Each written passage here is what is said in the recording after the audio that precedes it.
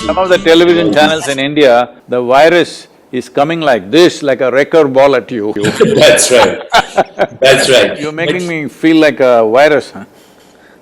Well, we are, you, Sadhguru, you and I are the awakening of bacterial and virus consciousness. One day, the viruses and bacteria said, let's use this organism, Homo sapiens, as our host, and then we can survive. So we are actually the host for the genetic diversity of the planet.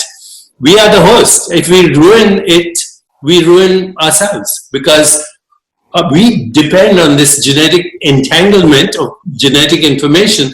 All life on this planet, not just human life, plant life, animal life, all life. You said in the mother's womb we were shaped by these microorganisms, but actually as we journeyed out into the world, we absorbed everything. In fact, these days when people do smart obstetricians, when they do cesarean section, they actually take all the secretions of the mother and they put them on the baby's body.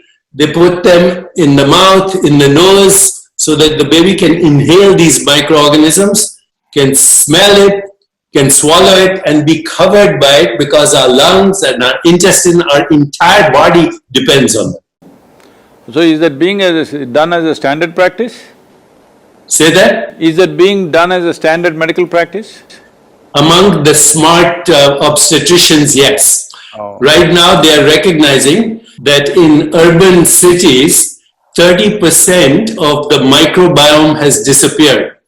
So if somebody lives in New York City or Chicago or Delhi for that matter, 30% of their microbial genetic information has disappeared, and it is disappearing, and this is directly linked to chronic diseases like diabetes, heart disease, hypertension, strokes, indirectly to cancer, autoimmune illness, and propensity to premature aging, and all kinds of human problems.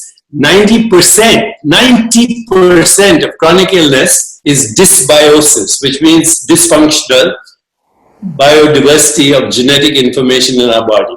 And the people who are getting sick, by the way, the people who are even now, young people who are getting sick, they have what are called acute inflammatory storms in the body. So inflammation goes out of control in the body because they are panicking. They're panicking, they're stressed, they're agitated, they're worried about money, they're worried about their jobs. The death and morbidity, and we have published on this, I'm happy to send you papers, the mortality and morbidity of this virus is directly linked to stress, panic, sympathetic overdrive, and agitated minds. And that's why we need more than just a simple, simplistic vaccine solution, because if we have a vaccine, a year from now there'll be another mutation. The vaccine doesn't do anything. It doesn't look at the problem. Very clearly demonstrated in India that of all the cases we have, over 60% of the cases and over 80% of the deaths are only in 5 cities. There you are. In the villages where we are here, not a single case in all these villages around us. But only in Chennai, Mumbai, Ahmedabad, Delhi and one more city, what? Lucknow? Bangalore? Bangalore not much. Bangalore they've controlled well because of door-to-door management. I think it's obvious now with this that, ecology is the main issue of our times. The air is our breath. The oceans and waters and the rivers are our circulation. The earth is recycling as our body. Even the atoms in our body were forged in the crucible of stars. So, you have a personal body, you have an extended body, they're both yours. The planet is your body. It's recycling as the ecology and the genetic information and the micro diversity of these organisms, and we're not looking at that. We're looking only at vaccine. There is something little more basic than this genetic information. Even pre that is the elemental stuff in the world. So the entire yogic system, the basis of yogic system is called Bhuta Shuddhi. That is taking charge of the 5 elements of air, water, earth fire and space.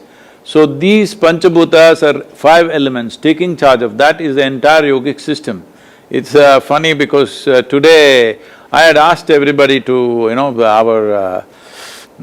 our traveling group, which is normally referred to as Ishangas, who go out and teach and spread the thing, they're all here now for last 2 months. So I told them to do sadhana, their morning sadhana outdoors. They were all doing outdoor in front of the Adiyogi statue. But in the last few days, the monsoon winds have picked up, it's very heavy here. Like it'll touch 50 kilometers per hour, sometimes up to 70 kilometers per hour in gusts. And also mildly raining, anytime it will rain. We're very close to the mountains.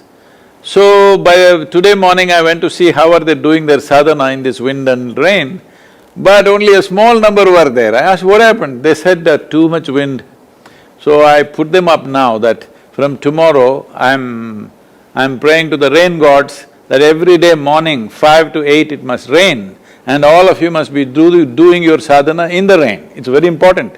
This is not a boot camp to harass you or something, because if you distance yourself from the elements, you're gone.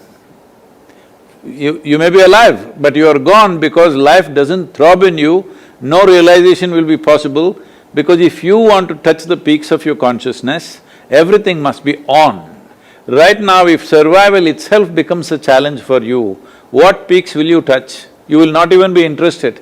When survival is in question, nobody is interested in anything. So it's very important that your survival is not even a concern. If you sit here, everything is going on. If this is happening, then only you will want to explore different dimensions of life.